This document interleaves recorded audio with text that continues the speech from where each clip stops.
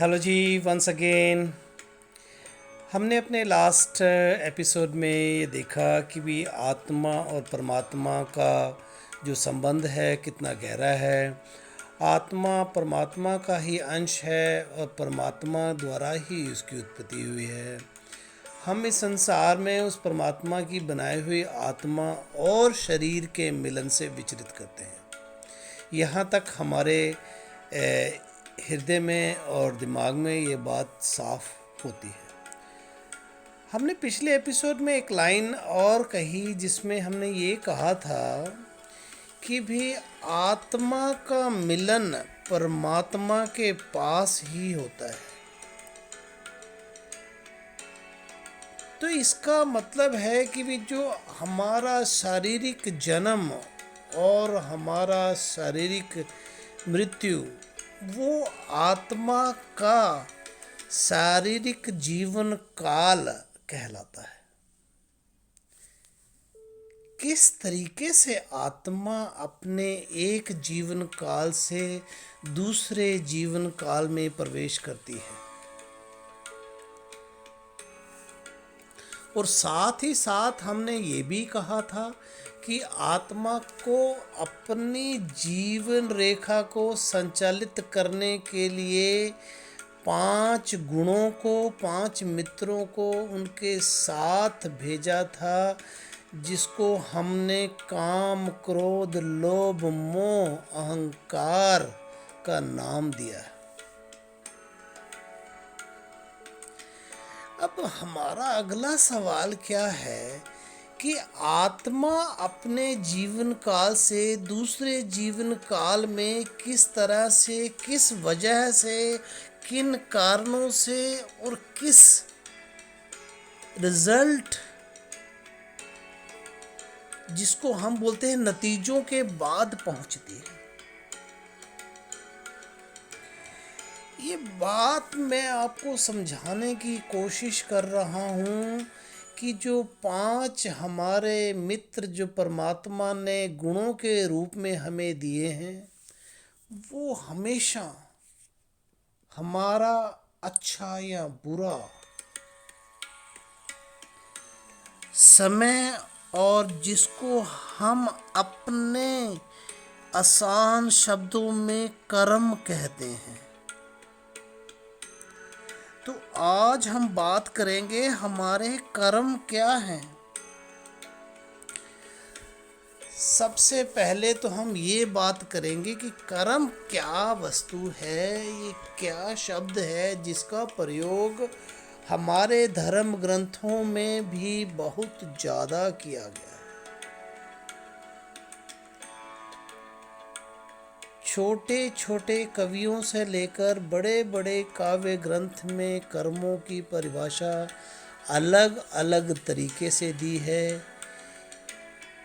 Even in English में भी Jesus ने ये कहा है, every days Karma will be collected on your behalf and will be segregated as per your karmas, and the new life will be produced only on the basis of your karmas result। बात इतनी लंबी है लेकिन इसका असर और समझ आने वाली व्याख्या बहुत ही सरल है कि हम अपने आत्मिक जीवन में, जिसमें हमें शरीर की प्राप्ति होती है उस परमात्मा की तरफ से, उसके बाद हमारे किए हुए कार्यों को अच्छे या बुरे का विश्लेषण ना करते हुए हर कार्य को, हर स्थिति को, हर पहर को, हर पहलू को, हर क्षण में व्यतीत होने वाले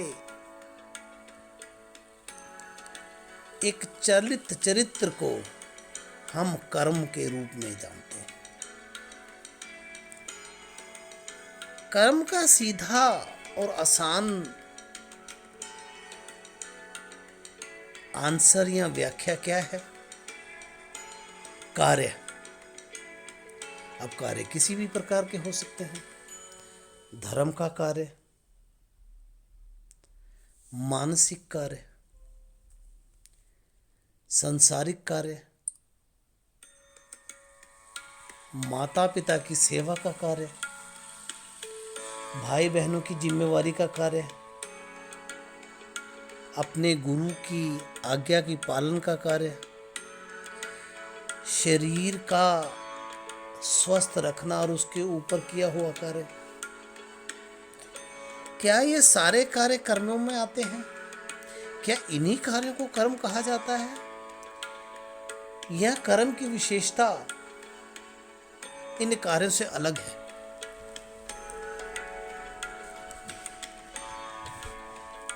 धीरे धीरे हमारे एपिसोड बढ़ते चले जाएंगे और हम ज़्यादा से ज़्यादा उन विषयों पर चर्चा करते चले जाएंगे जिससे हमारे मन को ये तसल्ली होती चली जाए कि हम कौन हैं, कहाँ से आए हैं, हमारी आत्मा क्या है, हमारी आत्मा का हमारे साथ संबंध क्या है, हम एक शरीर से दूसरे शरीर में आत्मा के साथ प्रवेश करते हैं, उसका क्या कारण है, कर्म क्या हैं, कर्मों से हमें क्या हानि और क्या खुशियाँ प्राप्त होती हैं, और उस परमात्मा ने इन सब को कर्मों को किस तरीके से इस चक्र में, जिसको हम मृत्यु चक्र कहते हैं, कैसे ढाला है।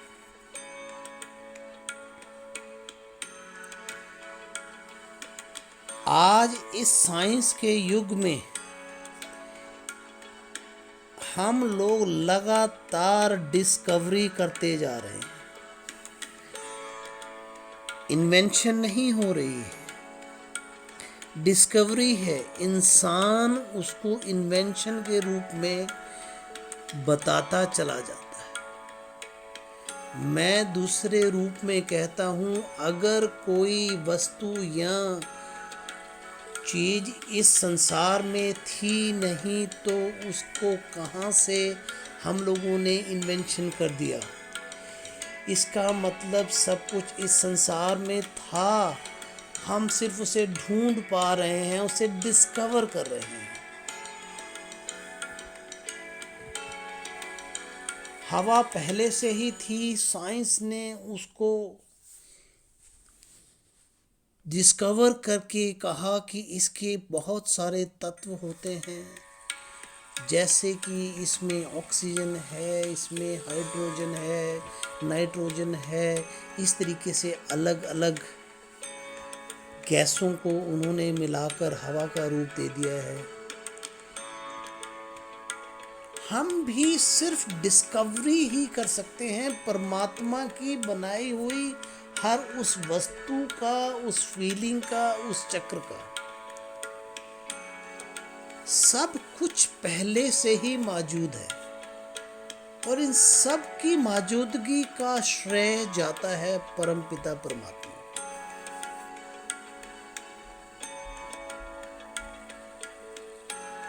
हम अपने मुद्दे से ना भटके।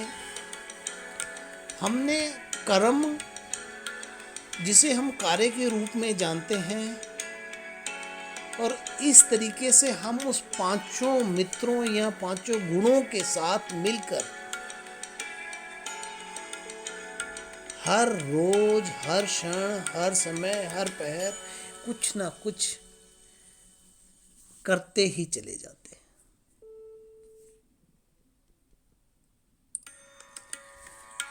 और इस क्षण भर क्षण, मिनट भर मिनट, घंटा भर घंटा और उसके बाद दिन पर दिन हम अपने कर्मों की जो विशेषताएं हैं उन्हें एक किताब संग्रहित या एक काव्य के रूप में अपने साथ कैरी करते हैं। हम उसको साथ लेकर चलते हैं। हमारी आत्मा पर वो एक टोकरा है जिसके ऊपर वो कर्मों को डालकर अपने साथ हर जन्म आगे से आगे चलती रहती है। हम अगले एपिसोड में कर्मों पर और विशेष बात